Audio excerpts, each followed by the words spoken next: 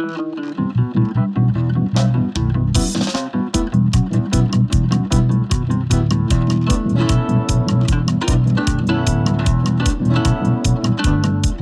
friends and comrades who I've known for a long time, of whom I see many in this room, will recognize that I clearly think this is a big deal because I think this is the first time since approximately the Obama administration I've worn a button-down shirt. So,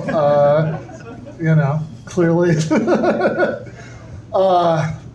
but I don't do events with members of parliament on a regular basis, so I figured I would do it today. So me and my good friend and longtime Jacobin editor, Meagan Day, are going to be chatting with our guest of honor, Pelle Dragsted, who is a member of parliament in Denmark and party leader of the Red-Green Alliance Party, and the author of this very excellent book, Nordic Socialism, The Path Toward a Democratic Economy, which is available for purchase. Just behind you, you can see a big pile of those books over there. I believe Pelle will sign one for anybody who'd like after the event is over. But I am very excited to get into this. So we have some pre-prepared questions, but perhaps before we get into any of that, I believe this is the last stop on the American book tour. So everybody got in just in time. So Pelle, how has the tour been? Thank you, Ben. It has really been excellent. But first of all, because it's the last stop of the tour, I just have some people to thank. Of course, Religious for hosting this event. My two dialogue partners, conversation partners. It's really an honor for me to be here with you two guys. I've been following your work, and you are two principled and also courageous person, not standing back also from taking some internal fights when it's necessary. So that's really important. And then of course to my publisher, a big thanks. And not least, I would like to thank my translator.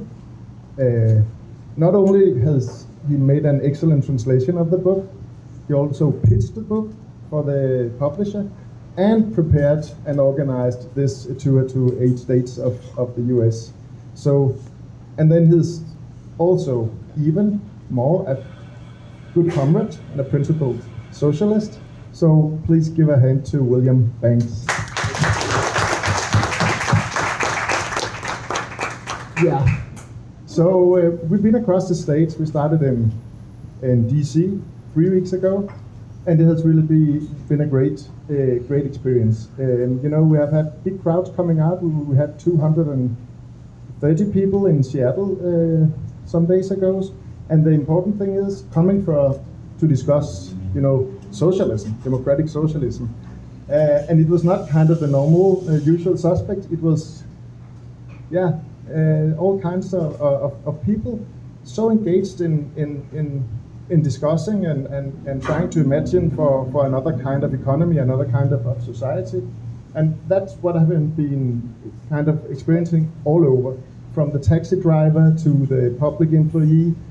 So a hunger for something different, not only different from Trump's fascism, but also different from what you have been living with for the last decades of neoliberal democratic establishment rule. And then we have also used the trip to kind of get to know the other America. So we met up with DSA chapters across the country, with trade union leaders. We met with Katie Wilson, the hopefully coming mayor of Seattle. We met with young people organizing Starbucks workers, and really great experience. If all young people were as they are, then everything is good.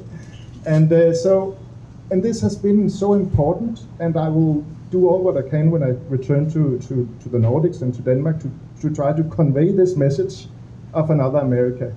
you guys, people opposing what is going on, struggling, standing up for your neighbors, standing up for your local communities, organizing your colleagues. It's in Europe right now, and not least in Denmark, we are so fixated about all the bad news from Trump.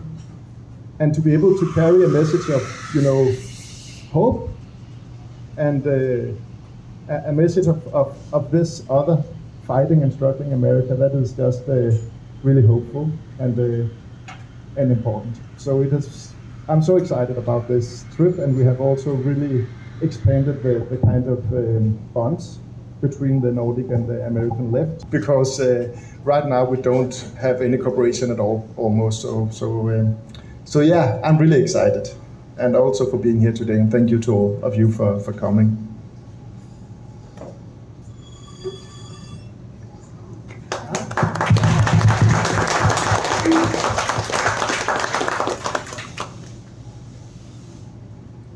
All right, well, I know that this is not going to be the first time, or I believe the 20th time, you've been posed this particular challenge, but I'm going to pose it anyway, because I think it's important, and I think it's going to be helpful, I hope, for the people here, because those of us in this country who spend a lot of time pushing for democratic socialist policies like Medicare for all or tuition-free college, often point to the Nordic countries as proof of concept for how these ideas can work, they can make society better.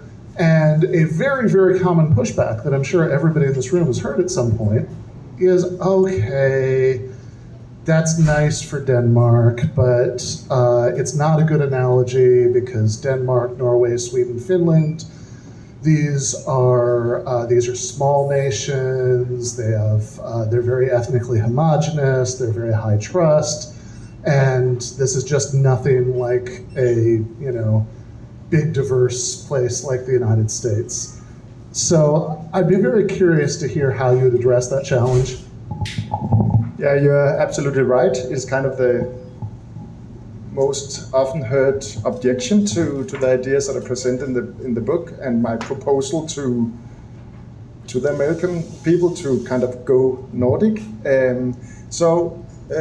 First of all, about the trust, I think that the right-wing pundits, or the one who doubts, kind of get it wrong, get it kind of the opposite way around, because the Nordic countries were not kind of harmonic, peaceful countries. If you go 100 years back, your democracy here, if you can call it a democracy, is a lot older than ours. So the Nordic countries were conflict-ridden, strong class struggles until going decades up in the last century. So the trust was not kind of the prerequisite for creating the welfare state. It was a welfare state that we created by hard class struggles for many, many years that created the sense of community and trust that exists today. So that would be the first important question. And I think an important thing here about the welfare state, about the Nordic welfare model, is that it's not means tested. So we all pay to the common money box, and we all have the right to go to the hospital, to take education, to have childcare, and so it's kind of a system that creates trust and of course also is dependent on trust. So that's kind of the first answer. The other one about the kind of the homogeneity issue, actually. Today, when you look at the Scandinavian countries, in Sweden and Norway, for example, we have more foreign-born citizens than in the U.S. So I think the argument isn't valid either.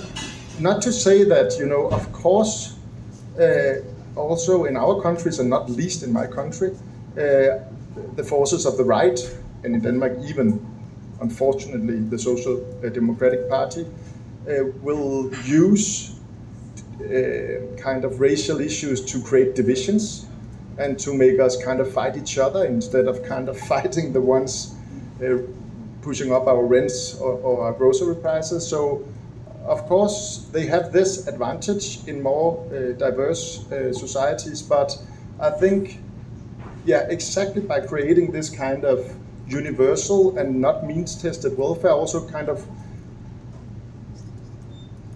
is the best way to avoid this idea. No, we're paying for the other ones, the Muslims, the black people, the whatever, because we all pay and we all take, and that's kind of the idea of the Nordic welfare model.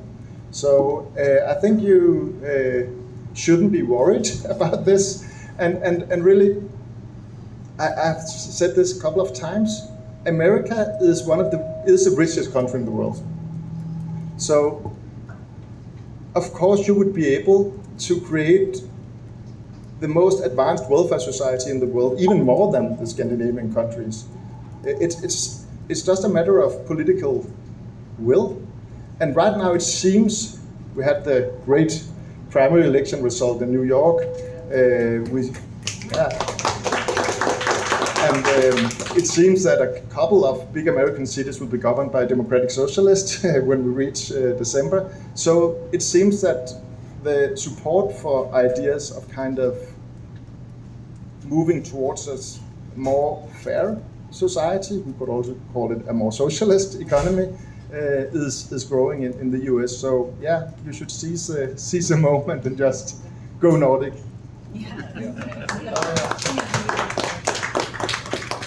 Yeah, I wanted to actually just first make a response to that, which is that recently I've been looking into some American polling on questions related to social trust. That question has been asked in the United States for 70 plus years, and the height of social trust that we can see in the history of the United States, the high watermark is in the 1950s, and it's no coincidence that that is at a time when the nation had, basically the closest to a class compromise that we've ever had in the United States, combining the New Deal welfare state with the post-World War II provisions, and the highest union density that we've ever had in the United States, the high watermark being 30-something%, I think, as compared to today's 10, 11, 12%. Yeah. It is worth remembering that all those stereotypical white picket fences in the 1950s, that those were homes that people could only afford because of the work that was done by militant unions in the 30s.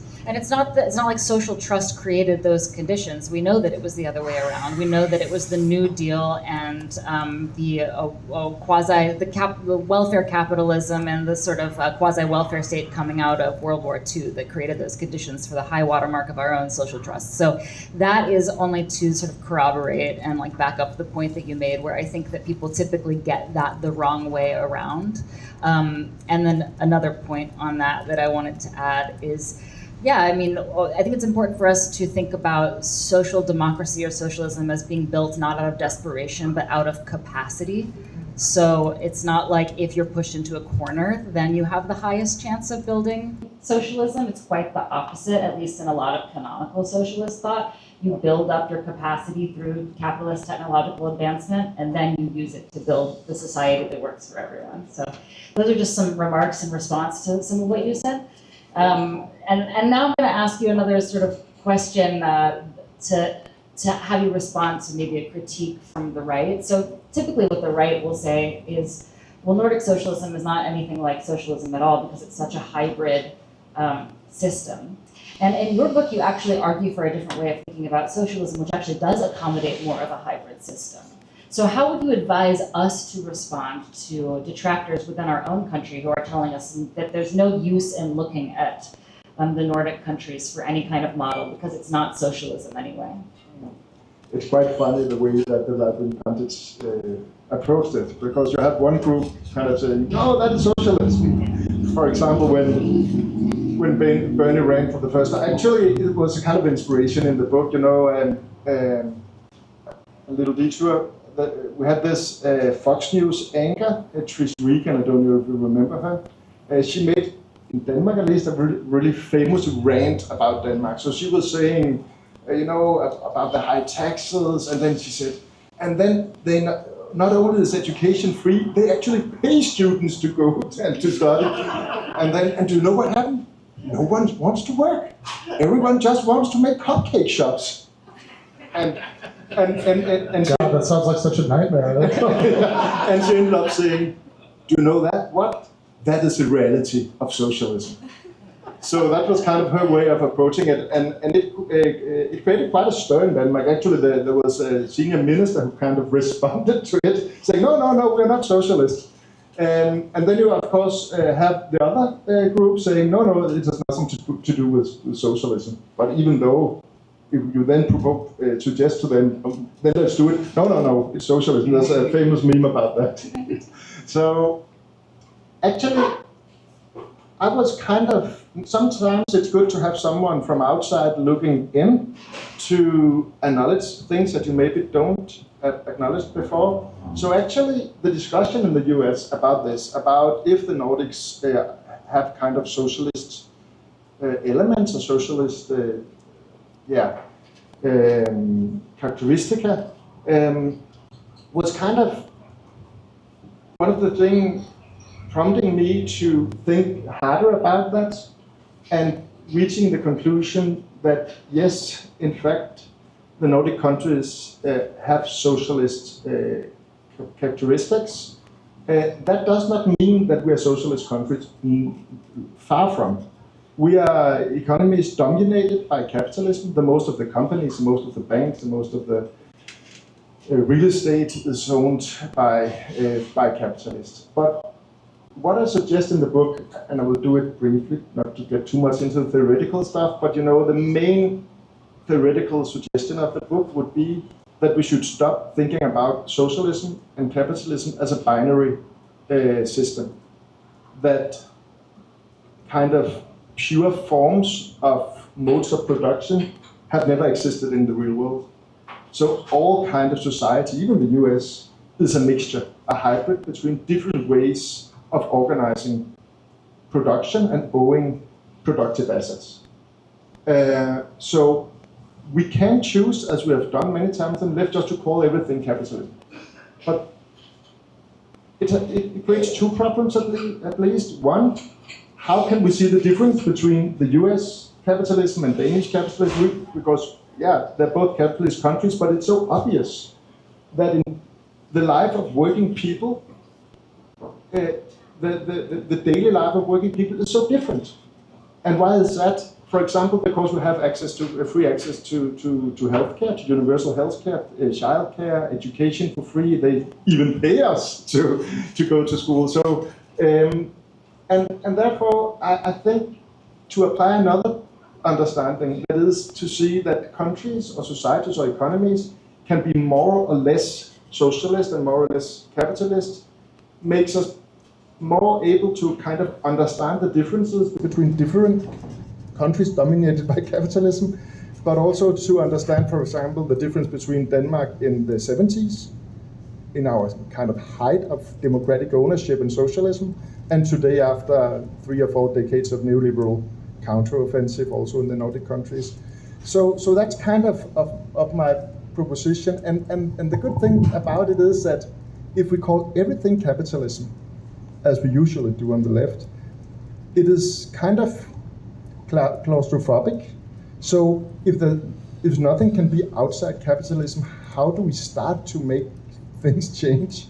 How do we find kind of weaknesses, and how do we train ourselves in the new form of economy? So I suggest in the book, inspired actually by two great feminist Marxists who wrote an article 25 or 30 years ago, Gibbs and Graham, that we should define capitalism thinner.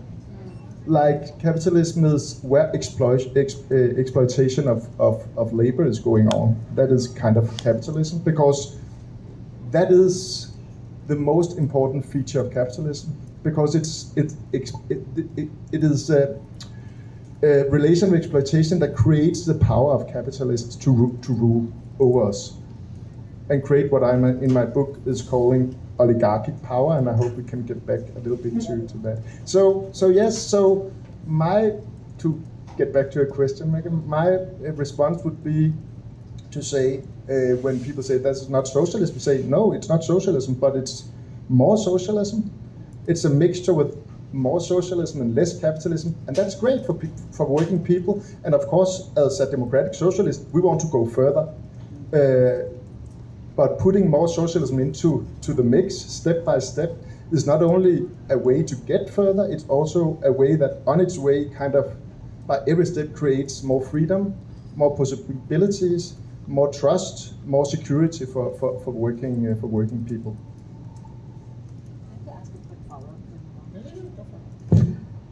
So I just want to ask a quick follow-up to this. I remember that in your book, you mentioned a social democratic thinker who sort of arbitrarily defined socialism as when 2/3 of workers in the economy work for state-owned enterprises, and then admitted that this was relatively arbitrary, but was like, let's just call it that, right? And like that is too steep of a standard for the Nordic socialist or social democratic countries to meet. And so this thinker was saying, therefore, they're not socialist, and therefore they're social democratic, and therefore anything good about them redounds to the benefit of social democracy as a theory and actually works against socialism. And it seems to me like what you're saying is that if we keep the standard that high, then we don't get to take credit for anything that works, that roughly follows our principles in mixed economies. Is that true? Exactly, and I think it has been a major failure of the left, to try to kind of put everything into this concept of capitalism. So we have a capitalist society, a capitalist economy, a capitalist market. Some would even argue that we are, as human, are capitalist because we are kind of living inside this.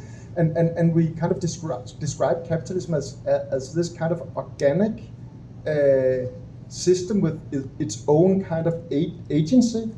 And we would never describe socialism that way. That's something that would happen by itself without any human kind of practice around it. So I think, and especially giving capitalism the credit for the welfare state is just stupid.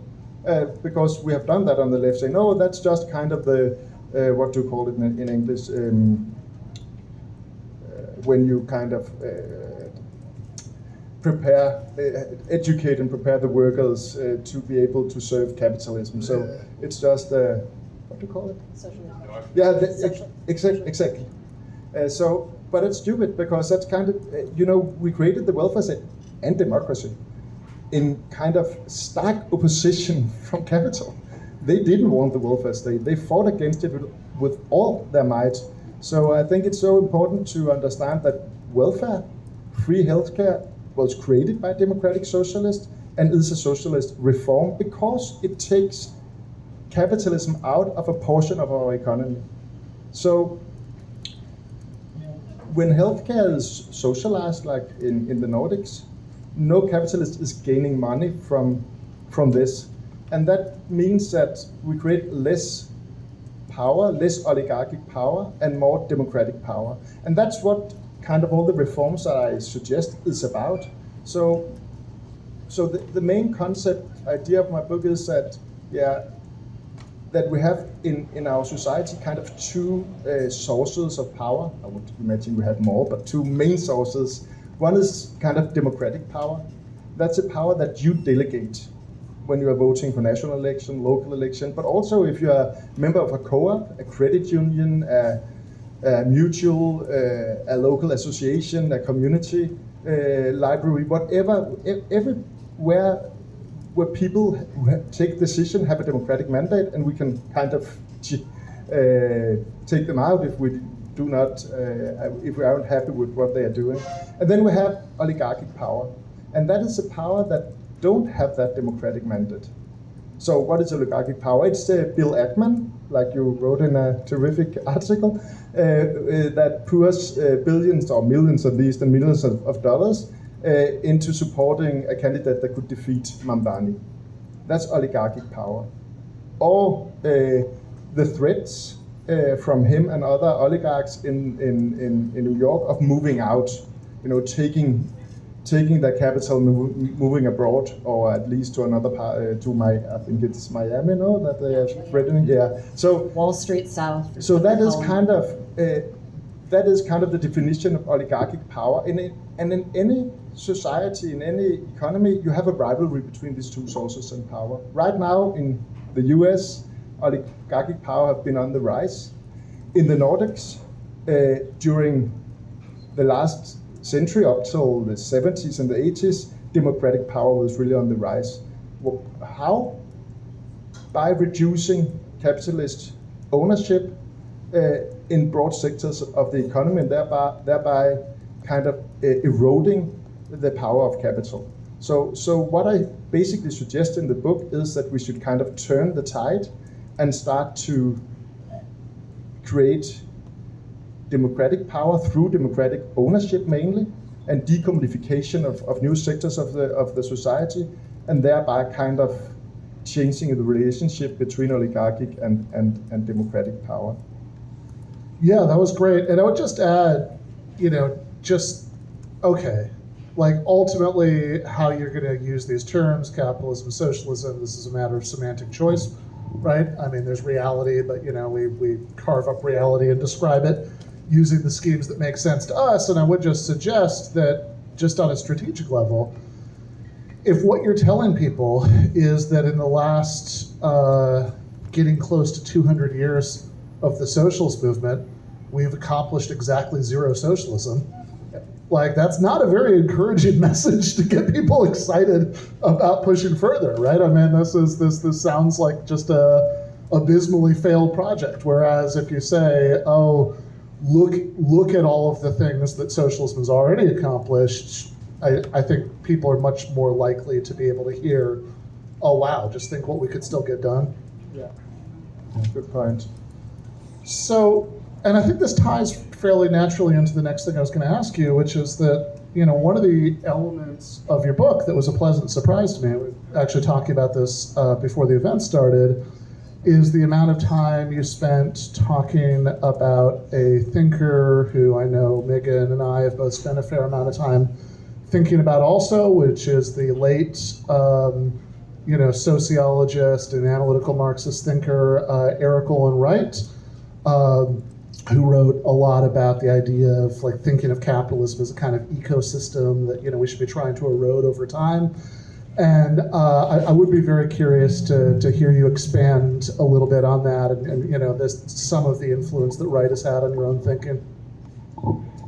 Yeah, I actually think Eroding Wright is one of the greatest thinkers of the left. I think his last book, I think it went out after he died, called How to Be an Anti-Capitalist in the 20th Century. It's a terrific book. If you don't have it, you should really buy it and read it and give it to all your friends. I really enjoyed it. And Eric, the way he works is by it's curiosity, and that's not always the way that left-wing thinkers work. Dogma plays an important part in some part of the left-wing movement. So actually, when I only discovered his ideas about kind of real utopias and this idea about hybrids, he kind of had reached some of the same conclusions that I had from my kind of Nordic angle on it. So his main suggestion is that we should see, instead of seeing system as kind of organic, all-encompassing system, we should see economic system as, he used the analogy of a biotope, an ecosystem. So of course you have dominant species, but then you can insert, I don't know if it's the best analogy because we don't like the species coming in and destroying them, but in this case, yes, because it's the socialist species that we kind of introduce in this ecosystem and nurture, and in the end it will kind of be able to dominate. And of course then an important objection to that I discuss in the book, coming from other socialist thinkers, is no, but the problem is that in an ecosystem you don't have armed capitalists prepared to kind of use that power to, and that's a good objection. But I think that doesn't change the idea that societies are in fact hybrids. It just changes or forces us to think hard about how to kind of counter, how to get past this power of capital. So an important objection would be to me, okay, but you talk about oligarchic power, but if there is so much oligarchic power, how can we make these socialist reforms step by step, because they will of course fight it with everything they have.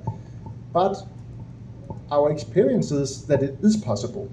It is possible to fight the power of capital because we have another power, the power of being the majority, the power of, as long as it exists, live in a democracy where we actually are able to convince our fellow citizens to vote for other parties, to organize themselves in trade unions and so on. So it's not impossible. And then I think it's important also to think about these changes as incremental. So for every kind of socialist reform that you make, where you diminish the oligarchic power, it will be easier to make the next one. So for example, if we create strong public banking, or strong democratic capital, it could also be through credit unions and democratic government pension schemes, or all other kind of democratic capital, then the threat of kind of capital flight will be less threatening. If we have more worker co-ops, then the threat of kind of moving out production will not be the same, because why should you move out your own factory? So by taking these steps, diminishing oligarchic power, we can go further and further. So I really want to underscore, because earlier I said go Nordic, but the other kind of message in my book and to you and on this too is go further. Because in the Nordic countries we reached a certain point, but we also kind of stagnated and even have experienced a setback during kind of the neoliberal era. And in my view, that has to do with the failure of the social democrats in the Nordics to really address the ownership. So they made a class compromise, which essentially were capital keep the ownership, and then we distribute the outcome, the profits, the wealth created. So there was a famous Danish social democratic minister saying, "Why slaughter the goose that lay golden eggs?" Yeah. Can I say that in English? Okay, so capitalism is great at producing wealth, so let them keep the ownership, at least formally, but the wealth we control and distribute. And actually that was a kind of really successful formula for 3 decades, 3 to 4 decades. But then when the first crisis hit, the oil crisis in Europe and in the Nordics, and unemployment went up to 20, some places 25%, capital struck back. And they could do that because they still had the thing that is a center of power relations in a capitalist economy, ownership to the productive assets, what Marxists call the means of production. And that is a powerful structural power that you can control sometimes or counter by class struggle and organize. But if you really want to surpass that kind of power, you need to address the issue of ownership to our banks, to our companies, and to find some way of democratizing these through different kind of social ownership. And we can maybe get back to that. I'd actually like to hear a little bit more about, because also in your book you do say that socialists have been a little bit too dogmatic about the idea that socialism means that everything is nationalized. And you actually say that maybe socialists have been a little bit gone too easy on the state and a little too hard on markets. So I want to hear a little bit about that and how you square that with what you just said, which is that it's really critical to somehow tie the hands of elites to eliminate that oligarchic power. Like, you can have a checkerboard or a sort of mixed economy to some extent, but then it's important to, like, I don't know, put specific checks on oligarchic power through what you call functional socialism in the book.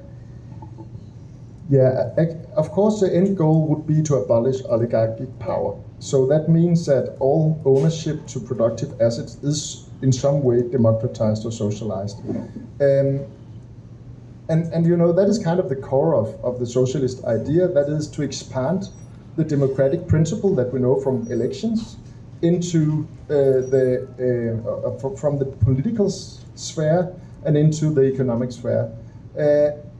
And actually it's hard to understand that we accept as citizens, that we have influence on our local politics, national politics, but when we enter our working, where we go to work, it's like that you have a sign sitting on the door, democracy stops here, on the other side the boss decides. That's kind of the way capitalism works, and it's strange that we can kind of bridge this big difference about that we expect in the political sphere that we are being asked, that we can change the one deciding, but we don't do it. So okay, so to your question, yeah. So socialism has always had the goal of kind of democratizing ownership, socializing ownership to the productive assets, to the production apparatus. But that is really easy to say, as a slogan, and we're really good at slogans on the left. But it's really not as Perhaps easy. the thing we're good at. Yeah. But it's not as easy when you get to kind of the difficult questions. Okay, so capitalists should not be the owners of our productive assets, our productive apparatus. Then who should be the owners? How should we organize it in a way that will not create new toxic hierarchies? So one solution is we kind of nationalize everything. So the state is the owner of all companies and all banks and all patents and algorithms and social medias, etc. Okay. We tried that. Of course you can say a lot of things about the Soviet Union and these countries. They were totalitarian, repressive countries that we don't have anything. Our democratic socialism is so far away from that model. But it was an experience, an experiment in a model of socialism with total nationalization and a planned economy, and it really went bad in many ways. Firstly, it created a dictatorship. So of course, if the state owns everything, we will have extremely powerful state. It is kind of a paradox, that Marx and of course also Lenin talked about a stateless society, that the state should wither away, as Lenin famously wrote. But in their way to reach that goal, they created the most omnipotent state ever. And of course, when you have created that state, it will not wither away. There will be new kind of social groups, classes that don't have this interest. So that's one issue for why I think the state ownership as a uniform model is not attractive form of socialism. The other one is that state ownership is a really distant ownership. If the state owns a factory where I go to work, will you feel as an owner, as a part of it with democratic influence? Maybe you can do something to do it, but at least we know from, if we look to Eastern Germany, for example, they call their factories Volkseigener Betrieb, which means people own factories, or people's own factory. But when the system broke down and these factories were transferred to capitalist ownership, there was not, as I know, at least in East Germany, a single protest, not a big one at least. And of course, if these people really had felt that they owned the factories, they wouldn't have accepted capitalists coming in, taking over, but they didn't. They just felt that they got another boss. Maybe a worse boss, but at least another boss. So I think we should really learn from the more direct forms of ownership, which is co-ops, worker co-ops, consumer co-ops, even small producers co-ops, other kinds of associational ownership, non-profits of this form, where we have different forms of democratic ownership.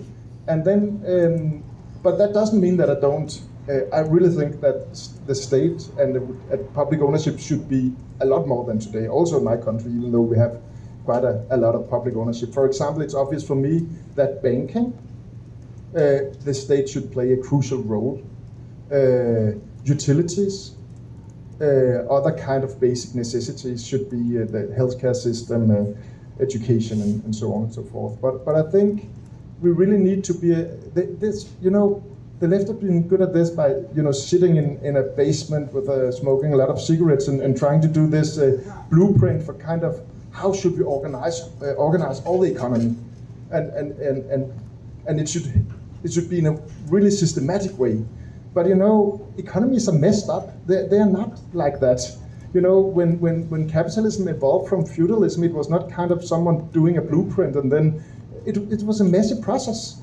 And I think that the development into a socialist democracy or democratic economy would be the same kind of message that we should learn while walking, and not least in that what I'm doing, the learning from our experiences, because that's an important claim in my book, that we have a lot of socialist experiences. We have big co-ops. We have in the Nordics, in Denmark, for example, our biggest grocery chain store is owned by 1.7 million consumers. So when we do our shopping, no Jeff Bezos is kind of gaining money from it.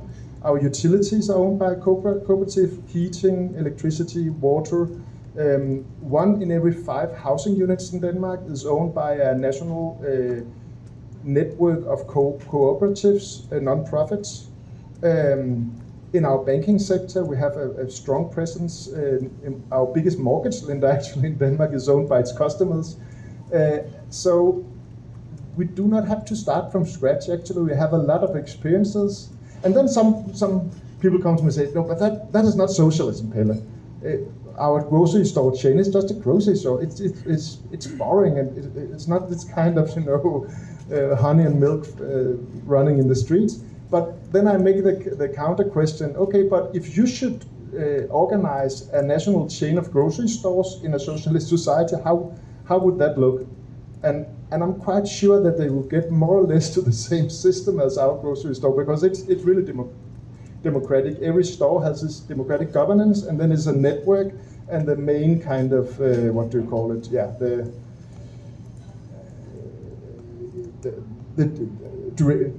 directive of all the cooperatives is also elected democratically. So I think socialism should be pluralist and experimental, and yes, I'm a bit suspicious about creating a state that is even more kind of omnipotent than the one we have today. I think we need peoples. I cite this famous Danish socialist thinker, Eivind Larsen, saying always to me when I invite him, he always kind of putting his fist in the table. We should not do away with capitalism and then install a bureaucracy of staffers in the finance ministry. We should do it ourselves. It's kind of he's a socialist with a Grundtvigian background. Grundtvig, famous Danish thinker. Okay, yeah, he was really critical to state power, and he was the one emancipating in his ideas the Danish peasantry, and was kind of the højskoler, the Danish folkehøjskoler. Okay. It is a great school where you go as a grown-up, not to have a degree, but just to learn from each other. And that was kind of so the peasantry went to this school, and then they created the cooperative that kind of was the start of the big cooperative movement in rural Denmark. Let's talk about markets for a second too, because I think you very well explained why socialists, very dogmatic socialists, historically have been, gone too easy on the state. But you also mentioned that we've been a bit too harsh on markets. I'm going to take a stab at my thought on this first, and then see what you have to say about it, which is that sometimes we hear from our detractors on the right. Something that actually, frankly, makes a lot of sense and backs us into a corner, which is that human behavior is actually highly complex, and markets are a way to crowdsource signals about what humans want their society to look like that is complex information that bureaucrats sitting in offices cannot decide on their own. So, for example, bureaucrats in the government do not know how many tubes of lipstick to produce for the people. And if they were to decide and to distribute them, people, they would be determining culture from on high, right? Markets are a way to send signals up and then have production, mirror the interests of people, right? So then culture happens organically from below, which is to say that markets, according to that, are like more democratic. And it's a little bit hard for us to know how to respond to that. With the important proviso that if you think of markets as kind of votes, right, that's that kind of metaphor that was used by people like Milton Friedman. Some of us get one vote and some of us get literally billions of votes. Exactly, neutralizing things that are more important than, for example, tubes of lipstick, neutralizing our voice in those kinds of matters.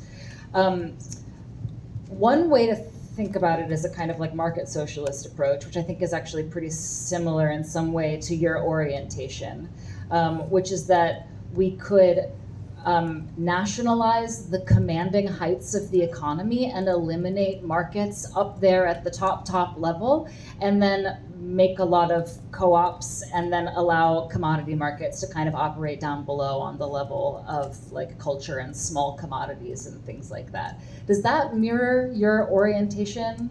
And if not, what differences do you perceive from that kind of market socialist approach? Yeah, I discuss it at great length in the book because I think that's one of the difficult questions. Actually, when I wrote the book, I hadn't in the start thought about that there should be a chapter on markets, but of course that is totally necessary because for some Marxists at least, the market relation is kind of the bad character in the movie about capitalism. I'm not agreeing on that. I think that the relation of exploitation is kind of the core of capitalism. But first of all, we have to, as you do brilliantly, Meagan, think about, is it viable to create a totally planned economy?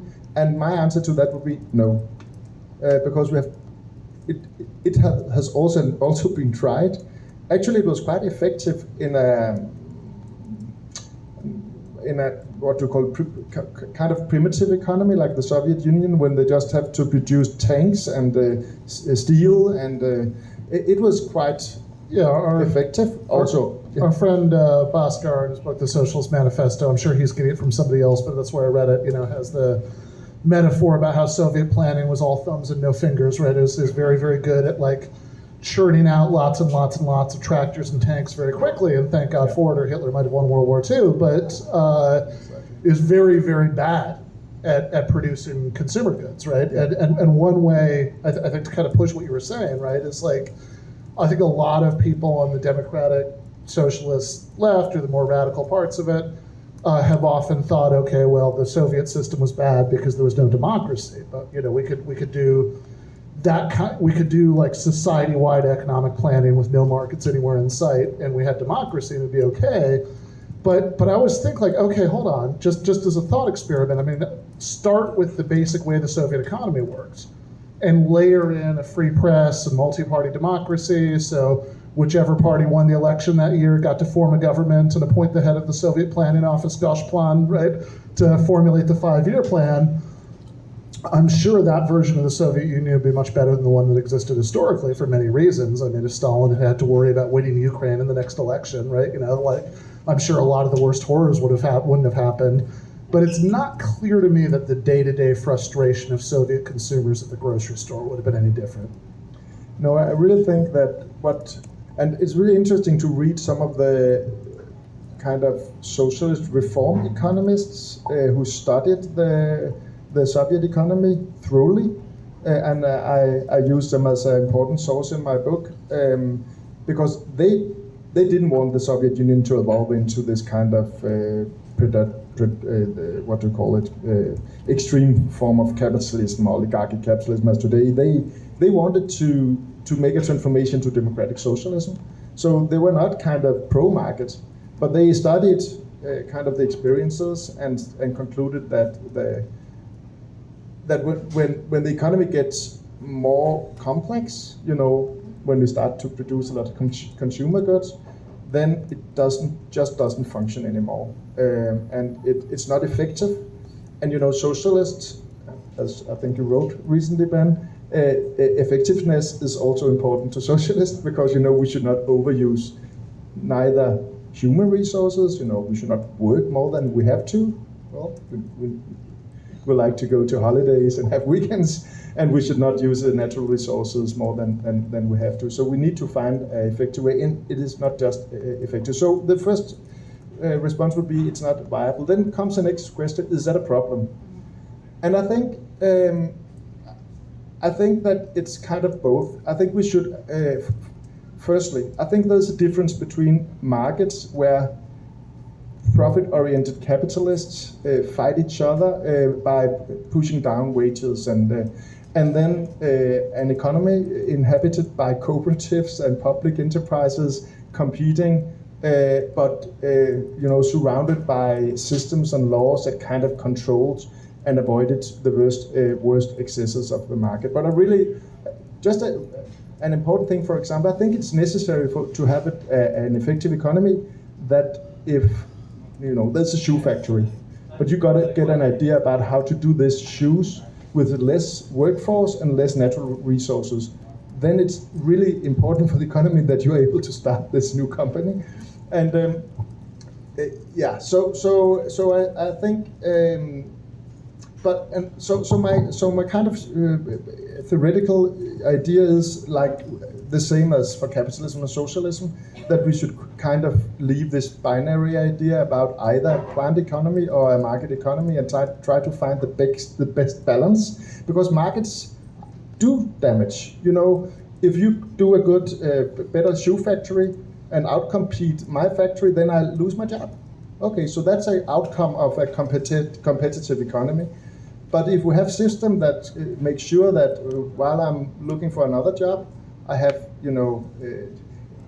good unemployment coverage, I'm being helped to get the necessary education to find the next job, then maybe it's not the big deal. And maybe during that process you can put together a proposal for like a new kind of shoe cooperative and get a grant from the state bank.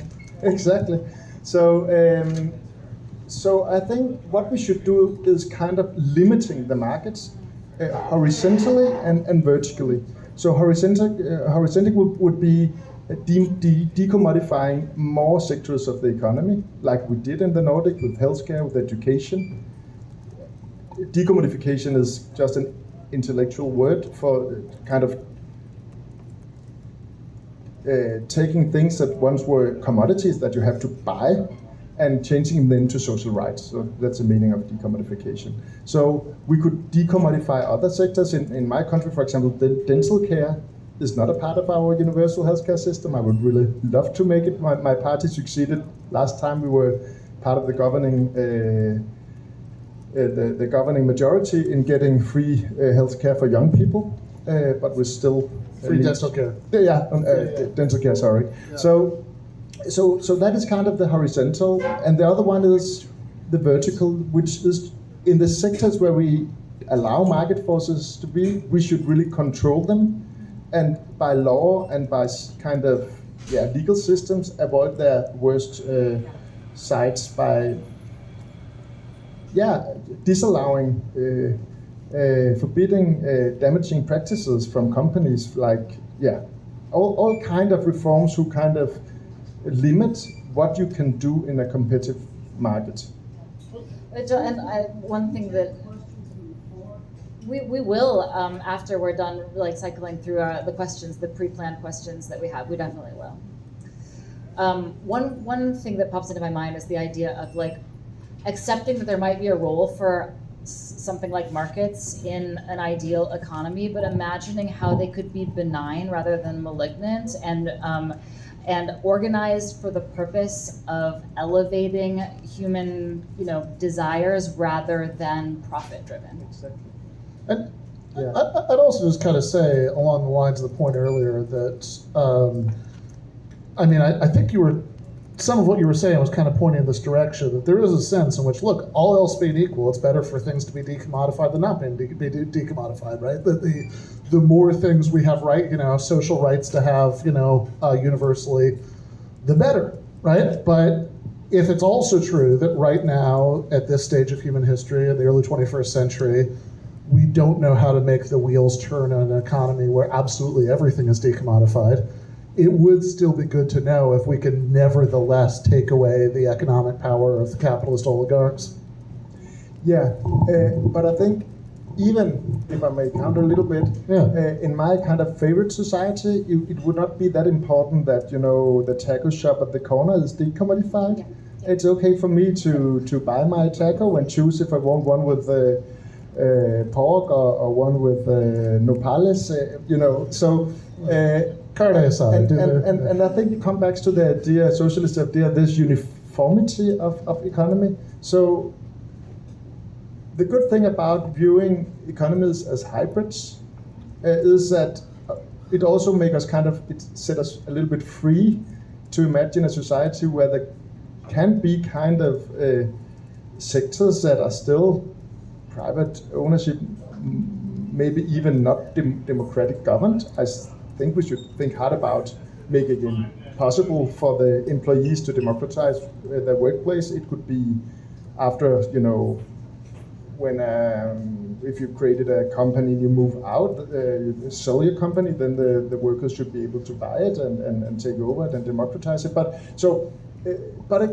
it's stupid that we have had these discussions on the left about if the barber shop should be nationalized, because what we need to do is focus on power, and the barber shop does not contribute to oligarchic power or undermine democratic power. So the main goal of socialism is to abolish oligarchic power and being thereby able to put power in the hands of people.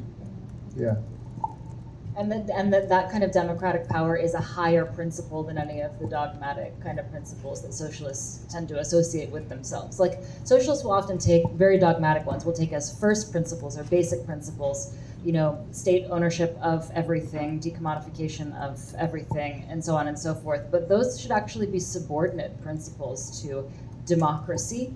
And so your proposal is that we should case by case look at different sectors of the economy and ask what is the best way to increase democracy here, and it's going to be different at the commanding heights than down on the level of like the neighborhood taco shop and barber shop, right? Exactly, and it's like sometimes when we and this is also a self-critique of my own history, we kind of talk about socialism as if socialism was a goal. Right. But socialism is not a goal, it's a tool. The goal is to set people free and to secure that all of us have the power to decide in our own lives, to live lives with our kids and our families, not being afraid of losing our jobs, not being afraid of getting sick, not being afraid of getting old, and empowered also where we work and where we consume and where we live, to take the decisions that are most important about our lives. That's the goal of socialism, and I'm a socialist because I really truly believe that the only way to secure a real democracy and real freedom for real human beings is through democratic socialism. Well, I want to move on to politics now. Well, actually, I do want to say one thing as well while we're on the topic of like benign and malignant forms of things. This is something that your work really makes me think about, is trying to think in terms of degrees rather than absolutes or black and whites. And it occurs to me also that one could imagine a socialist society in which working harder does actually mean that you get more resources to then make your life a little bit nicer. It's just that this can be a relatively benign level of inequality rather than a very high stakes life or death level of inequality. So what do you think about this? The idea that like capitalists, people who are pro-capitalist will say, well, your thing is all about, you know, radical equality, so that would completely destroy the work ethic. No one would have any incentive to do anything for society because they wouldn't necessarily be rewarded for it. We have some responses to that, obviously, that we think that's basically not true. People do things for other reasons besides getting more resources. But even still, like, maybe you should get to build a deck on the back of your house because you like put in extra hours at your co-op or whatever, right? So what do you think about inequality? Oh, and to say this is why I started saying this is because some socialists would say that equality is the goal no matter what. And what I think I'm hearing from you is that actually like democracy and empowerment are the goal. And if like a little hint of inequality is left that really doesn't have high stakes for people, then that's all right. I would also point out, I mean, we were talking about Eric Olin Wright earlier, right? One of his close colleagues and co-thinkers, G.A. Cohen, is somebody who, maybe spent more time than any other major socialist thinker thinking about equality as a goal, right? Like he's definitely somebody who thought, yes, this is a really important goal in and of itself. But to Meagan's question, he has this essay called Equality of What, where he says, okay, well, what exactly do we want equality of, right? Like is it equality of resources? Is it equality of what? And, the answer he comes to is that the kind of egalitarianism we should care about is what he calls luck egalitarianism, which means that you shouldn't have inequalities that are outside of your control. That, there shouldn't be inequalities where the people who end up holding the short end of the stick couldn't have done anything to hold the long end, which actually does, the deck building example, would actually be completely kosher under, exactly, yeah. I think that basically I don't know the answer to this question because we haven't tried kind of economy with total equality and what that would entail. I think as a kind of principle I would like to a society where we more or less had the same resources to spend. But then, and I totally agree on the idea that, incentives to work are much more than just, the reward. Also in the U.S. you have a lot of people doing voluntary work. The economists have had to, it's hard for them to explain why. In Denmark, 1 in 5 persons do voluntary work at least 2 hours a week, and So, but I think there is a real question about this idea of if reward does play some role, and I really think that we should think hard about to kind of find the balance, because we need people to be entrepreneurial also in a socialist economy, but in some way it's a kind of a little bit academic discussions, because we can all agree that the kind of concentration of wealth that we see today is kind of totally out of mind. Elon Musk, the richness of him and the power that it gets him. So for me, the most important answer would be the kind of the cap should be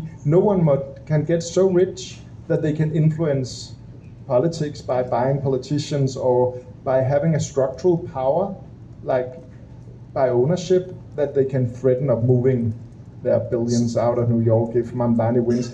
That would kind of be the basic, the bottom line of it, and then we can build upon that. So for example, okay, if a guy makes a great invention and that solves important problems and get rich, that's fine, but he needs to be immensely rich like Elon Musk, and his children should not kind of be able to be immensely rich. So I think it's possible to find this balance, and I think sometimes when we're having this discussion among socialists, it's kind of academic.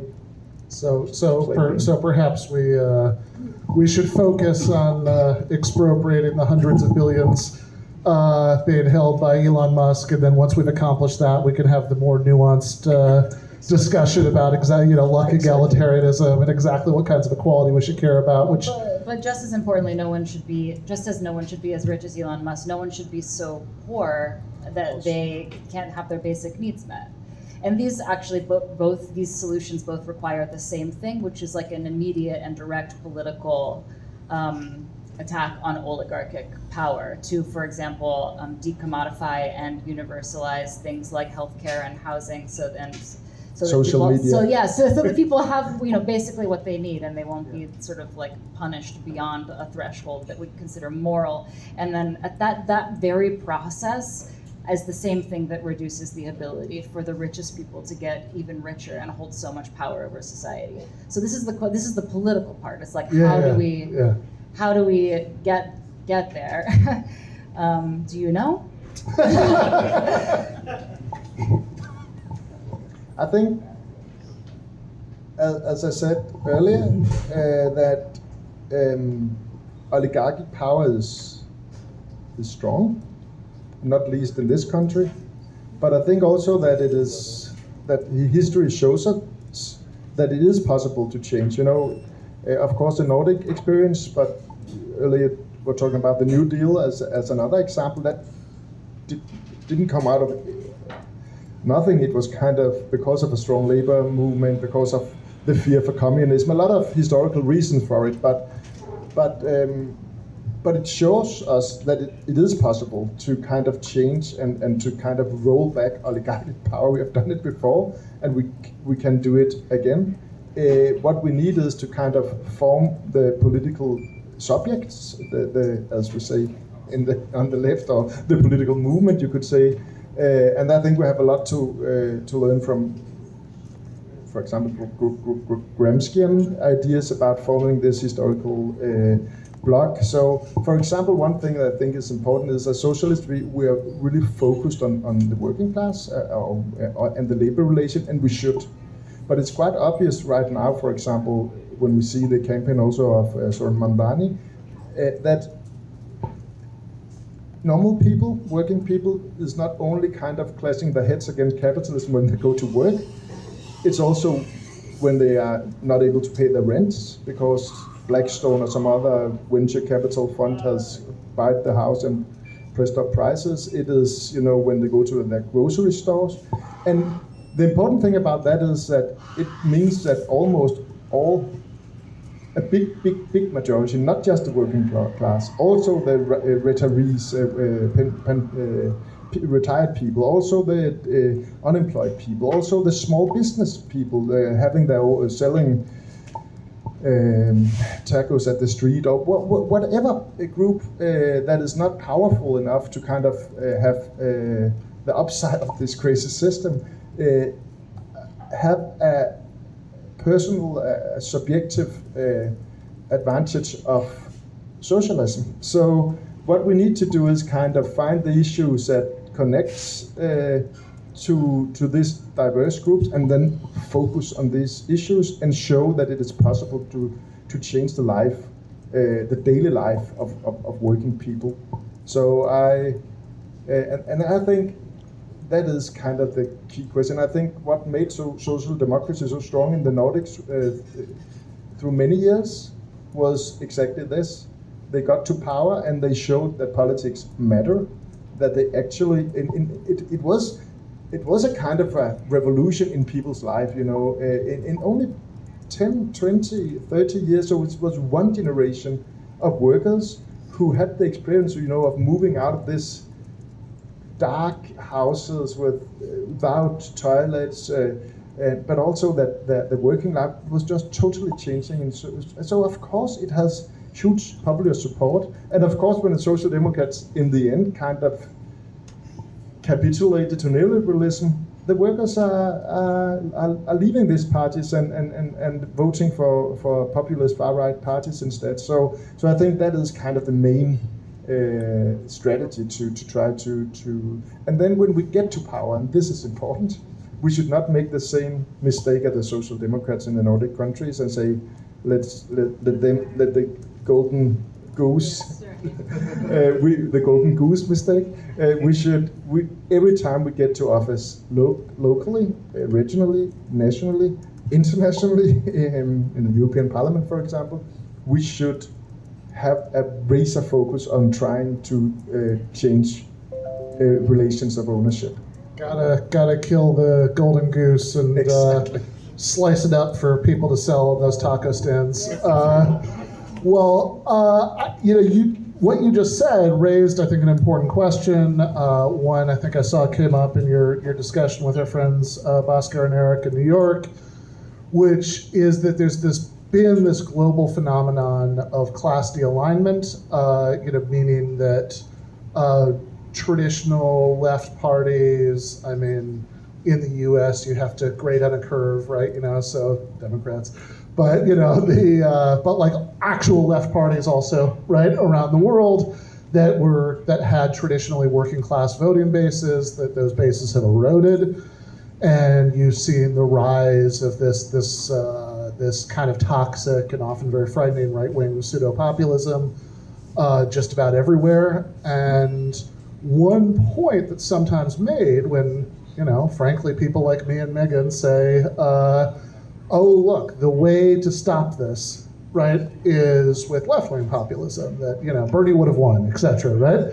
That a common response from a sort of progressive-y, neoliberal kind of perspective is, yeah, but look at, look at those Northern European countries you love so much that have implemented a lot of this platform already, and it's not like they're immune from it, right? From this phenomenon. So I know in Denmark, for example, there's the Danish People's Party, which has, I think is comparable, in size to, smaller left-wing parties, like your own. And so clearly the Nordics are not immune from this phenomenon. So, I assume that you wouldn't say, oh, never mind then, we actually can't defang the appeal of right-wing populism by offering a better platform that meets people's material needs. But what would you say about this? I think that our experience is more or less the same, comparing the Democrats here to the Social Democrats in the European countries, that beginning from the 80s and going into the 90s and continuing, they kind of adopted neoliberal policies and started implementing reforms that was really damaging to workers' life in many ways. And they continuing doing that. And I think that is a main reason for these racist right-wing populist parties to surge. And I think we should always take care of just, this idea of false consciousness. For example, workers living in poor areas, they could have real kind of experiences about, for example, migrant workers coming, undermining workers' rights, and not entering in collective agreements, etc. And that is real experiences that we need to acknowledge and address, not in the racist way that the right is doing, but sometimes the left, no, we should just talk about economy and class struggle and then everything is good. And I think, as I said, I think that's the most important thing. But I think we should also be able to engage in the hard discussions about what does it mean. Some parties are in favor of open borders, totally open borders and I think as a principle in a socialist world, I would be very much in favor of that, and kind of in my heart like the idea. But in fact, if you are a non-skilled worker and your employer always have the possibilities to call a phone and to some kind of what we call a staffing agency and then import low-skilled unorganized workers, it is a thing that kind of challenge your possibilities of negotiating good wages, good working life. So we should be able to discuss these matters, not ever kind of going the way that the right wing does, but acknowledging these problems and trying to counter them. For example, right now in Denmark, they made an agreement between the trade union movement and the government and the employers. We have this tripartite, yeah, and that basically says that it will be easier for the employers to import labor, but only if they have a collective agreement. So it's kind of creating an incentive, one, which is good, but also kind of avoiding that the exploitation of our foreign colleagues that we see also in Denmark. So, but basically, I think that you're right, that the most important thing is to kind of move the focus back to away from this, all this kind of really symbolic and also all this culture war kind of issues that, of course, some of them are highly important, but some of them is just bait. And actually, I think that it is possible, because I think that those issues, symbolic issues, rose to prominence because people could not see the difference regarding the economic policies. So the culture war issues became kind of the difference that make the difference for people. But if we succeed in kind of centering what is important in people's life, even if they don't agree with in our policies about migration or gender or so on, if we're in America. Even if they don't agree on all our policy issues, if we provide their children with free education, if we provide them with a more safeness in their employment, and etc., these issues will go to the foreground of the political debate. So it was kind of the, yeah. I have a somewhat of a response to that, which is that what Ben is saying is that someone could look from the outside and say, well, hey, they have these great socialist policies in the Nordic countries, but they still have this right-wing pseudo-populism, they still have this culture war bullshit. I think that people ignore maybe the matter of degree, and you can tell me if I'm completely off base here. I'm sure that you do have very intense culture wars in the Nordic countries. I'm sure it feels very intense when it's happening. I would venture that it's vastly more intense here in the United States. We're number one, baby. And that, we're number one. And that actually maybe a response that we need to get more comfortable saying, and maybe we should try to figure out, we should look into this question more. But if it's true, we should be able to say, actually it's less bad over there. And that's partly because they have more socialism over there. Yes, it still happens, and that's because they don't have full socialism over there, but we should be more comfortable with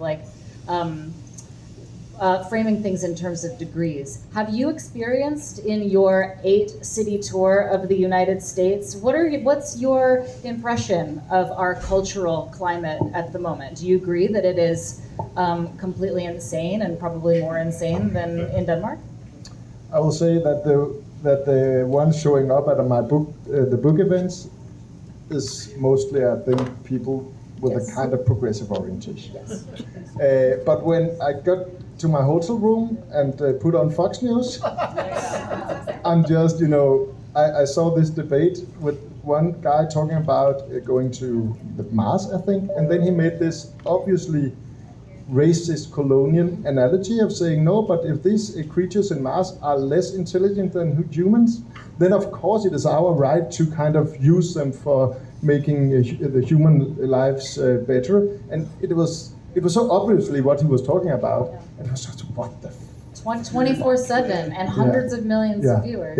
I had, I think a couple of years ago, so there's a cable channel that you might be blessed to not have heard of called Newsmax, which is where some of the parents of people in this room who've Fox isn't enough for them, right? It's it just doesn't get it done anymore. They go to that, and they invited me on a couple of years ago, and I ended up canceling the appearance because what they wanted to talk about was they had this list of stories they wanted to talk about, and one of them was some controversy at a public school over tampons being in the boys' bathroom because there might be a trans student in there. I think they just wanted a leftist to yell about this, and it just sounded like the biggest waste of time I could possibly imagine.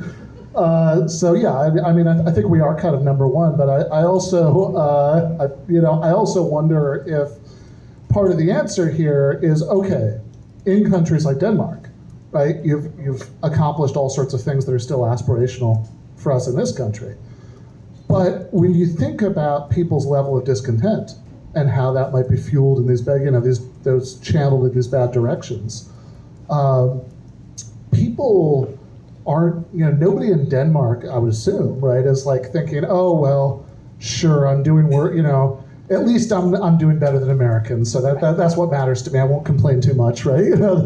Any more than Americans are thinking, oh, well, at least I'm doing better off than a Guatemalan peasant, right? That's I don't think those are the comparisons people make. I think people think about, okay, what's my life look like right now compared to my parents, right? So I think even having achieved all these things, that doesn't mean that there's not going to be massive discontent if Denmark now, in some ways, as a result of neoliberal, counteroffensives, is worse than Denmark was decades ago.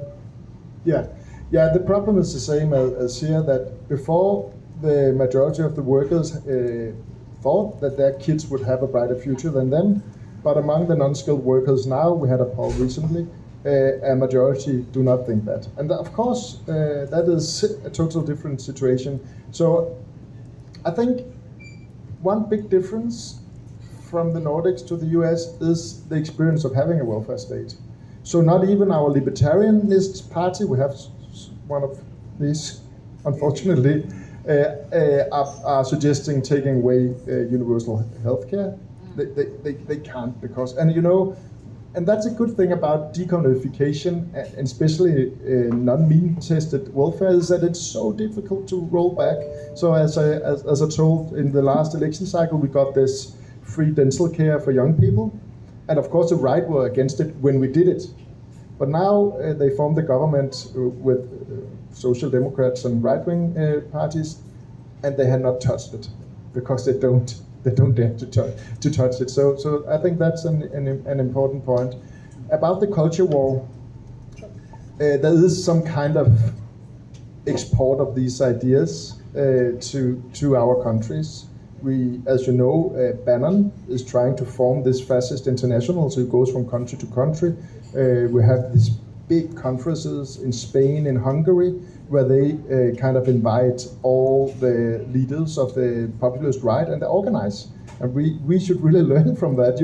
The right wing, they're really good at, finding the 10% that they agree upon and then kind of just moving ahead. On the left, we kind of do the opposite. We find the 10% that we disagree upon, and then we fight each other as hell. So we should learn. No idea what you're talking about. Exactly. So, but there is a kind of import of these cultural war ideas, and we have this, as you see here, that young men. We have the gender gap right now, where young women they vote for the left, and young men vote for the right, a big portion of them at least, and that has to do they're watching the same videos of crazy misogynist and this ridiculing of socialist ideas and left-wing progressive ideas and so on. So there's comparison, and the right in Denmark really tries to copy. Trying to make issues of transgender athletes and so on to the core of the discussion, but they don't really succeed. It's mostly in right-wing newspaper op-eds and so on. So they try to make us take the bait, but we normally kind of just, as you said, no, I think I don't take that debate. So, but migration is another issue. Denmark is, I'm sorry to say, but it's really terrible. Our Social Democratic Party, they kind of took over the migration policies of the right wing. I think they started doing it to kind of co-opt it strategically, but today they're driving it. It's not strategy. They are kind of driving a really racist rhetoric, and that's a major obstacle for us. And then some are saying, I know that New York Times had a piece saying, no, but the only social democratic party in Europe that really have succeeded is the Danish one, because they kind of neutralized the far right. But that, but by co-opting its policies. Right.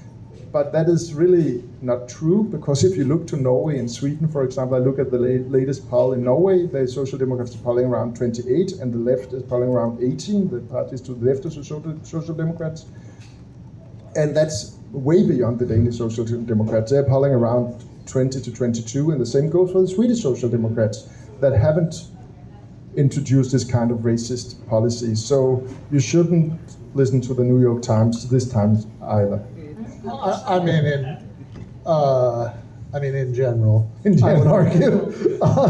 It's there's the story about Noam Chomsky going to the dentist, and the dentist says that he's grinding his teeth, and says, "Do you grind your teeth?" It's like, "I don't think so." Right? And they ask, Mrs. Chomsky, does Noam grind his teeth? It's like, no, I never see him grind his teeth. It's like, maybe he does it at night. It's like, no, I don't, while he's sleeping, I really don't think so. And then, well, watch him and see if you can figure it out. And finally she figures it out, and it's in the morning, she's always in the other room. He's sitting in the kitchen drinking coffee and reading the New York Times. That's what it is. grinding his teeth. But you were talking about the Fascist International with Bannon, and I thought maybe before we go to questions from the audience, as a last question from me and Meagan, I would like to hear from you, just for maybe a more cheerful note about the opposite of that, right? That about what you make in this tour, right? As you've been going around the United States, promoting the English translation of your book, talking to American leftists, as you said in your answer to the first question, trade unionists, DSA people, Starbucks workers, all of that.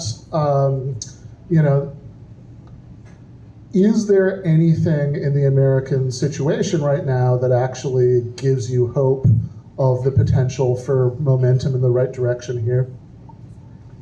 Yeah, really, and actually, I've been on this book to try to kind of, give some inspiration from the Nordics, but we have so much to learn from the American left as well.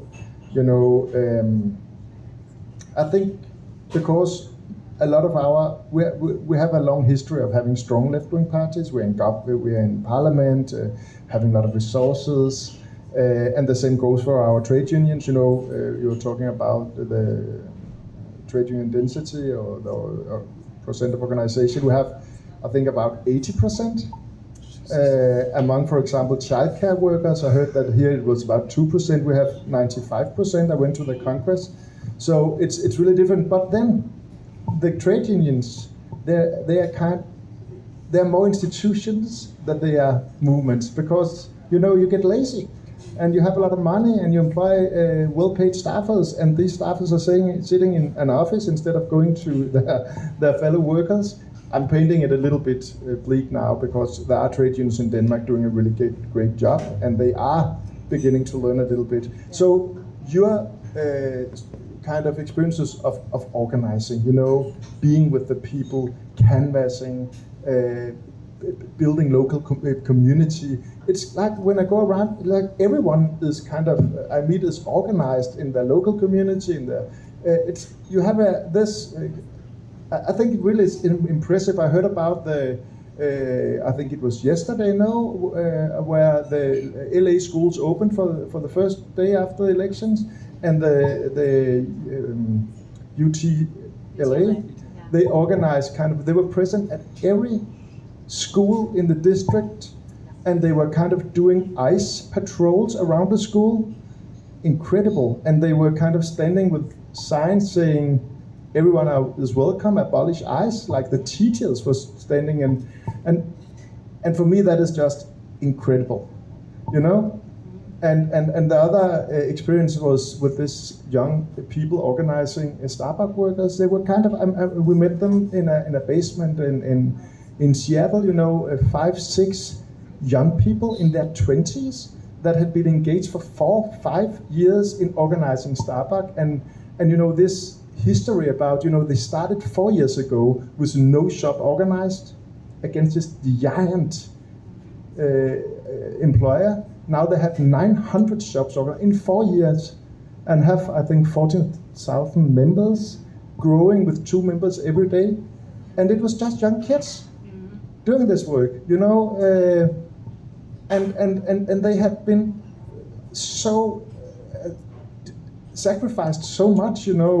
One of them told us that she has epilepsy, and then she tried to organize her shop floor, and then as to punish her, the manager changed her schedules of time, so she couldn't reach her bed and come back. She could only sleep 3-4 hours, and that kind of made her epilepsy kind of erupt again. So he used and she just kept fighting. And she's still a part of it and keeps fighting. And I was so touched, actually, by being there with these young people. But, baristas in Denmark, they don't organize. I don't think we have one single barista organized. So I think we can really learn from you.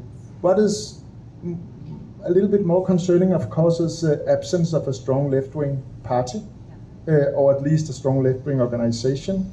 Of course, DSA and what happens there is highly inspiring, because it's kind of the first newer example of a growing party, and I really think there's a lot of hope in that. But it's also obvious, we were at the convention in Chicago, that this party also have a lot of weaknesses and of course, looking in from Europe and feeling that, okay, what I do in Denmark, it's important, but what really matters for the world is, that Donald Trump should not win the next election, or his successor, or Vance, or whoever they will put.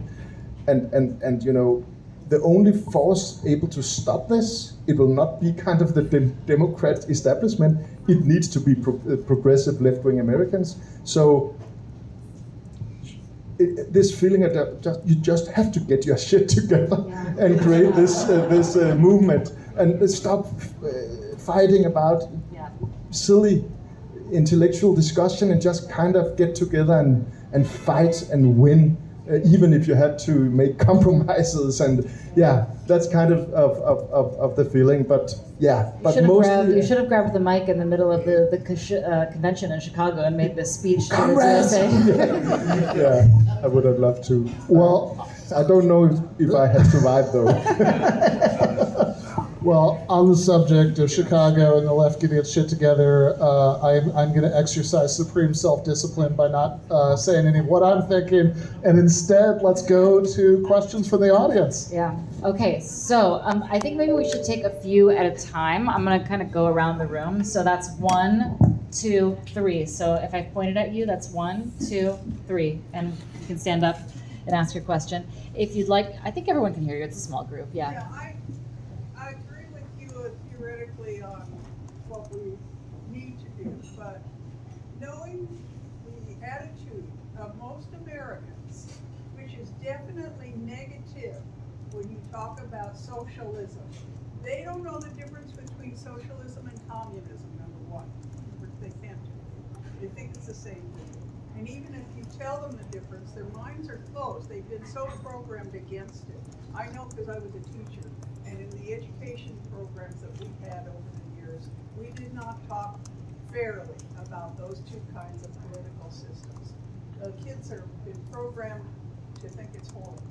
So you're talking to closed minds by and large. This group here is not typical of the average American, okay? They're open-minded here. They want to learn and listen. So you have that problem to begin with. Before you even go into all of the actions that you want to take, how will you get Americans to open their minds to the possibility that we might use a different way to get successful in certain businesses and programs that are different than what we're used to, the capitalist way only? How do we get them to open their minds to that kind of thing? Okay, thank you. And we'll take 2 more. You and you. Go ahead. Yeah, you. I was at the DSA convention as a delegate, so I know. I laughed because I thought, yes, we got to get our shit together. But what I found, really, I had the book. I owned the book for a while. Then I finally read it after a convention. So I've been really inspired. The part of it I think is really interesting is one is the cross-learning aspect of the left, right? In your book, you talk about being inspired by the Bernie movement that my partner and I were staff on, right? And we didn't think of it as necessarily as an international struggle, but we're certainly in that feedback loop. So I find that really exciting. I find it reading it in sort of the same alignment as we are struggling to be really good. But I thought was interesting too is talking about when people get used to decommodifying, what that means. And I grew up in Texas, right? And but the funny thing is we have a hidden social democracy in Texas, which is one of the two biggest sovereign wealth funds in the country, right? Is the Texas Education Funds, right? The state of Texas owned all this land, and during the sort of after Reconstruction, and the People's Party and Populism really were pushing, they owned all this land and they started leasing it. Oil leases so it's like petro-socialism in the sense that we had these 2 giant sovereign wealth funds And that's how the University of Texas system gets all of its money. It's how the public education system, even though it's in the state of Texas, this like neoliberal hellscape, still has a relatively decent compared to other red states.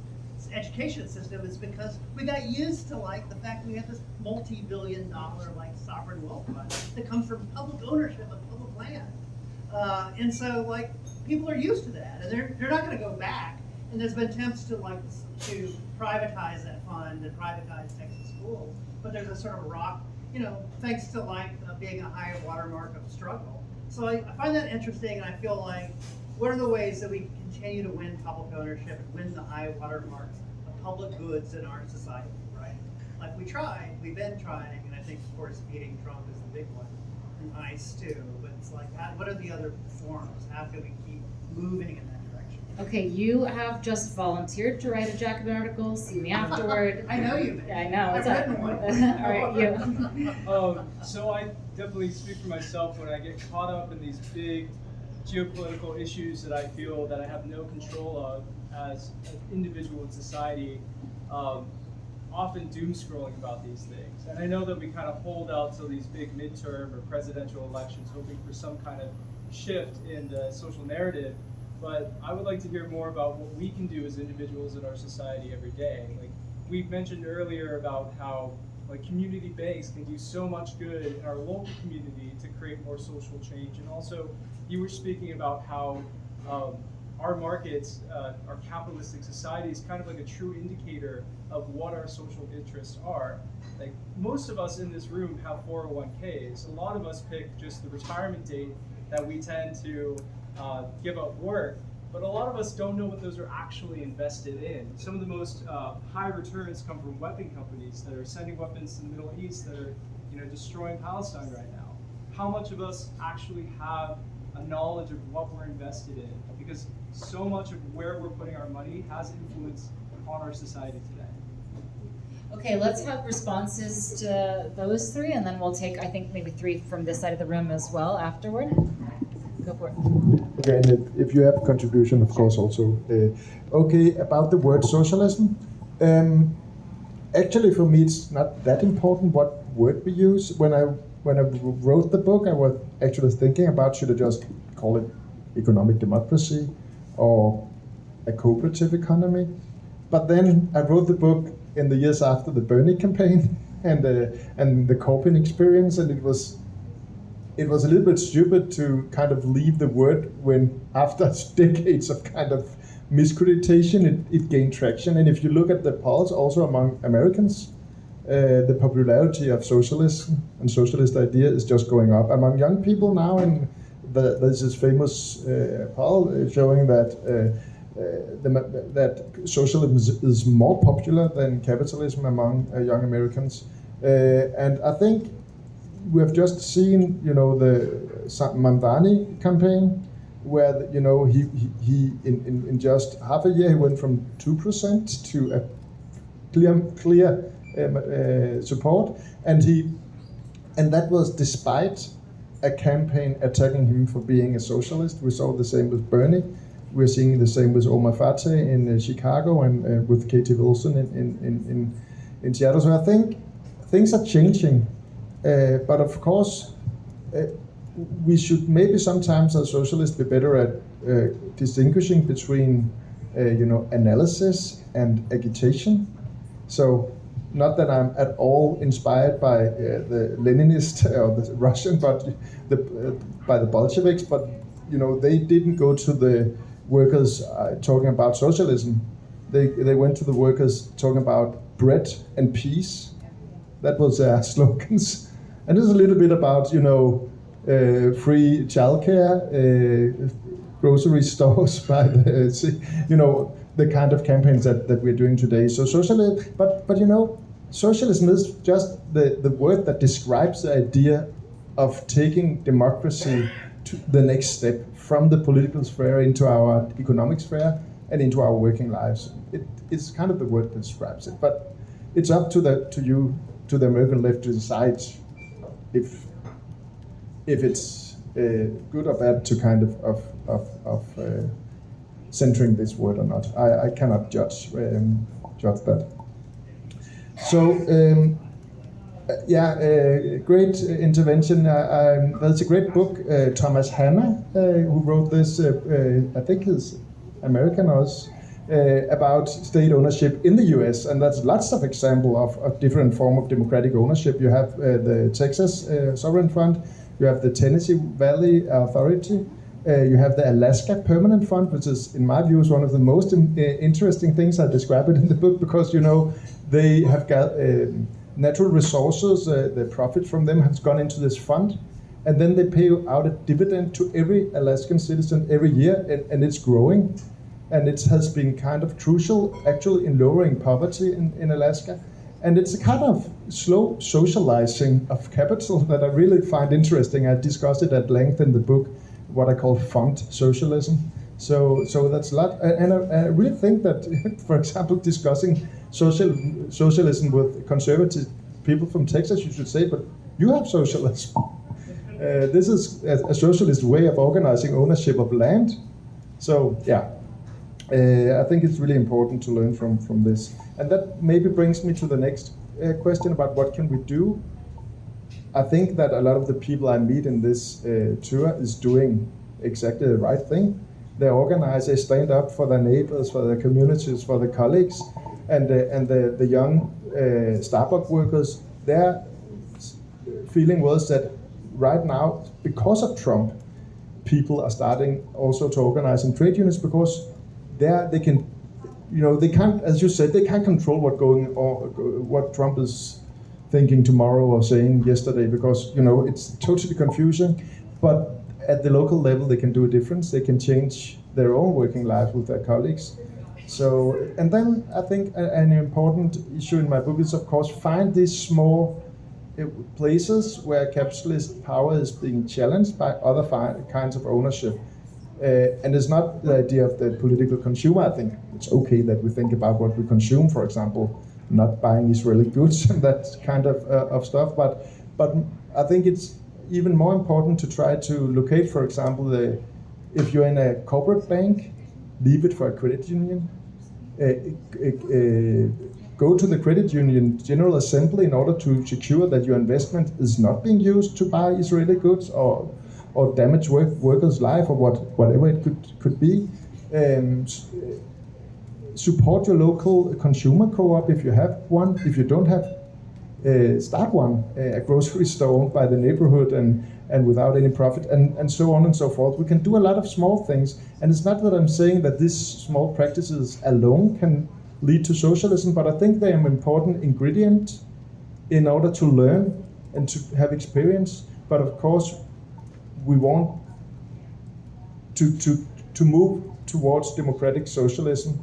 It's a process from below, but also from above. We need to change power relation also at state level in order to make this sector blossom. That's kind of the experience that we have, that the regions in Europe where cooperatives is kind of expanding is where you have kind of a milieu of support and banks and state laws. For example, in Italy, if your factory is being closed or being sold, you have the right to buy it as a worker. You can even use your unemployment benefits for 2 years. You can use that money to buy up the company, and that kind of laws will also kind of be necessary in order to move towards more democratic ownership. But I think there's a lot you can do, and I think we are not powerless, even though I also get shout at Fox News every morning in the hotel.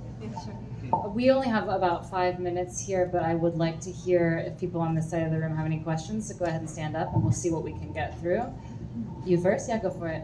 In the back, and then in the front, yeah. Yeah, we'll do you and then you. Yeah, go ahead. Yeah, I appreciate you coming. So I had a question about what a pluralistic and experimental socialism, how it would handle sort of like complex supply chains, especially international supply chains with complex technologies. I think, there's such a critique around coordination, like how would we build an iPhone from mine to factory to distribution, and also how would we do it democratically and ethically when, should we have an iPhone when kids are mining cobalt from Congo? Is that the right thing to do? How do we make those decisions? All right, and from you as well? Yeah. My name's Mary, and when you talked about the diversity issues in Denmark, yeah, how is that handled? I guess like almost 90% of the people there are Danish, correct? I mean, and then what percentage are people from other countries in Denmark? All right, so And then my other question is, because you were beginning to talk about it, but I didn't know, you said that the left began to, that the left began to be more vocal about racist beliefs. And so I want to know a little bit more about that, because here in certain states, the majority are people that are not white, people that are of color, different shades. And so we are the majority. And I think that's what has gotten that 10% riled up. And I think that, one way that things will change if those billionaires, multi-billionaires die, a lot of them, I guess 12 of them died recently, but then I'd like to know more about that, and the entitlement issue. Okay, thank you. All right, let's hear some final responses before we close out. Thank you so much.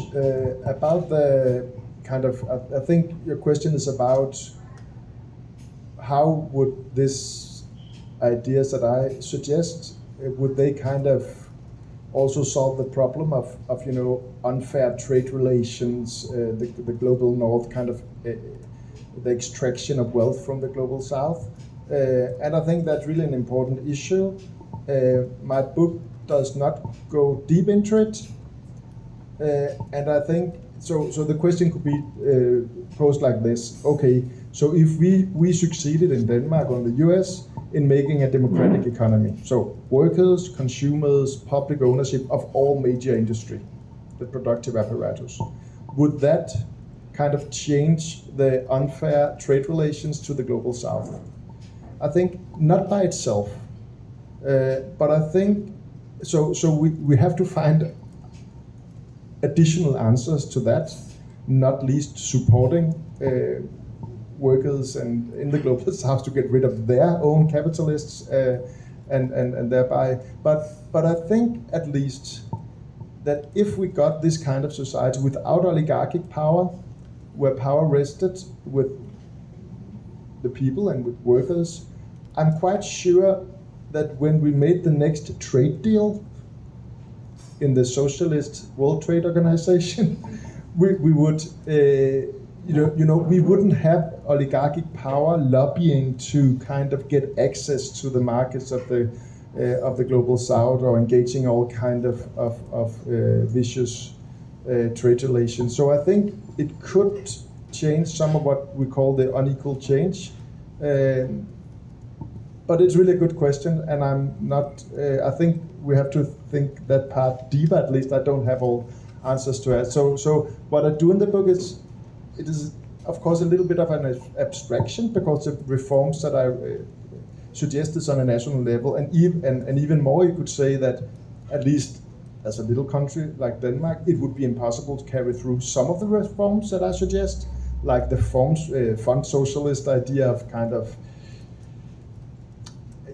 taking over, giving the ownership of big corporations to the workers through some kind of fund mechanism.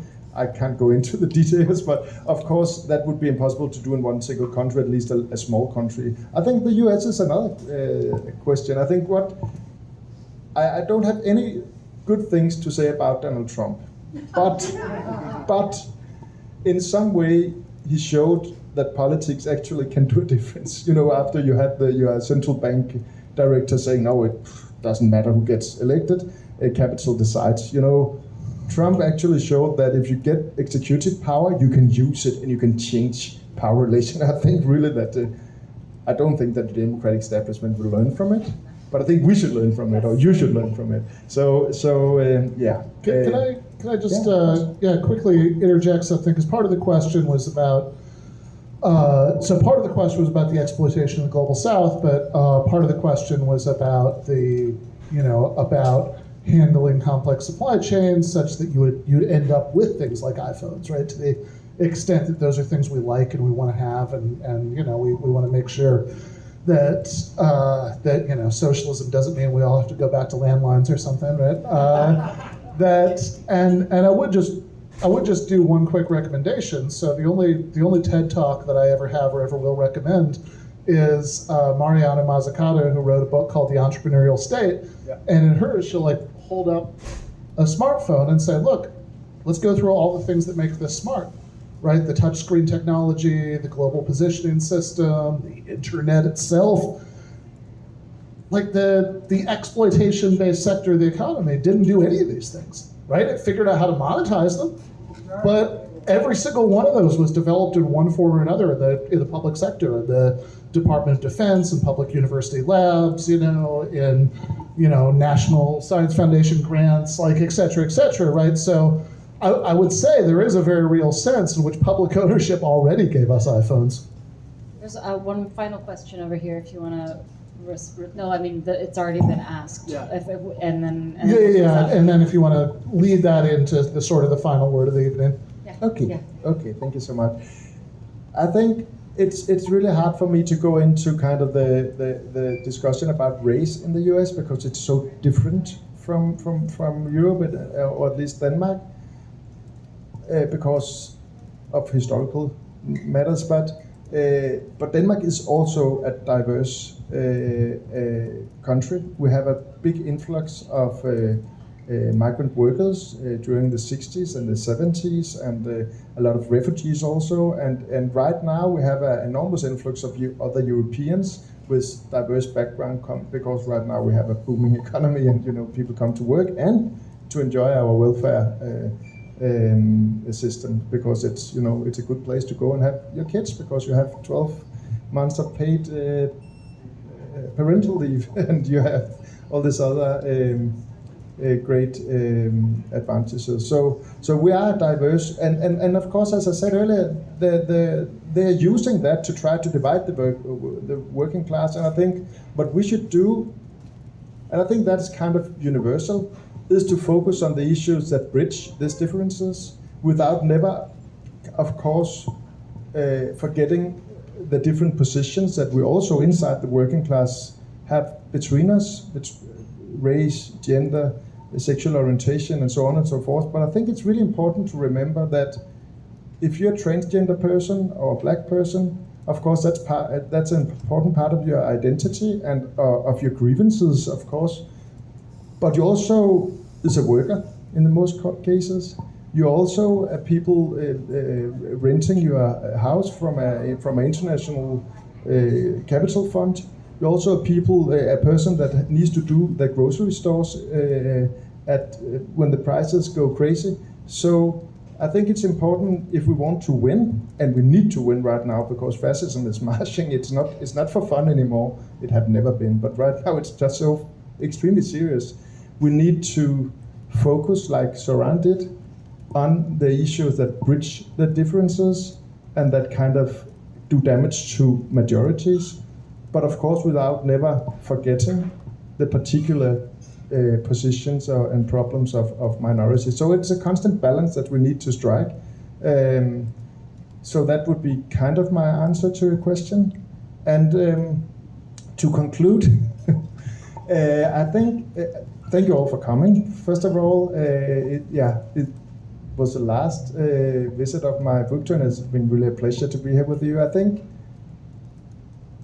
that what should give us hope is that even though the oligarchs seem strong, and have a lot of power, we also have power because we are the big majority of people, because we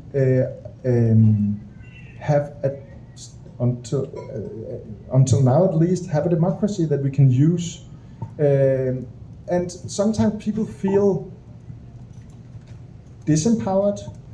But when I feel like that, I'm always thinking about the people in, for example, in Denmark, the farmers who started the cooperative movement there. They were nobody. No one respected them. They were illiterate, most of them. They didn't have any economic resources. They were looked down upon from all kind of power people.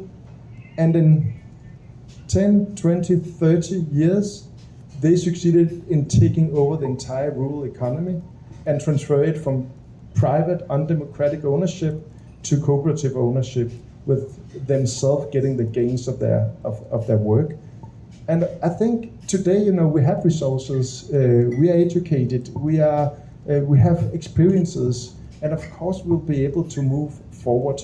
And what is a kind of a key message of my book is, I think it will be easier for us to convince and to argue and to strategize about how to build democratic socialism, that is to say, build economic democracy that take away oligarchic power. I think that is easier if we accept the idea of capitalism not being all-encompassing and dominant everywhere around us, that we already have kind of niches or elements or building blocks of a future socialist economy that works. When you go to a public library, you like to go there because you can have your books for free, and you can and when you go to when you go to a cooperative or a member of group, you can see that it functions, and when you look, and of course what I do is looking to the Nordic countries and our welfare state and our decommodification, and showing how it changed the life of working people in such a crucial way. So I think if we as a left are getting better at kind of showing this, pointing to the real experiences, treating socialism as something real and present, and not some kind of distant utopia, but something we have, that people, all the time capitalism have existed, people have organized against it, but also organized economic enterprise that answers to the needs of their fellow citizens in ways that were not in a democratic framework, in a way that where the goal not was to produce profit for the few, but to solve the problems of the many, and we can do it. And that's kind of the happy message of Nordic socialism, and that's what Nordic socialism is all about. So thank you so much for coming.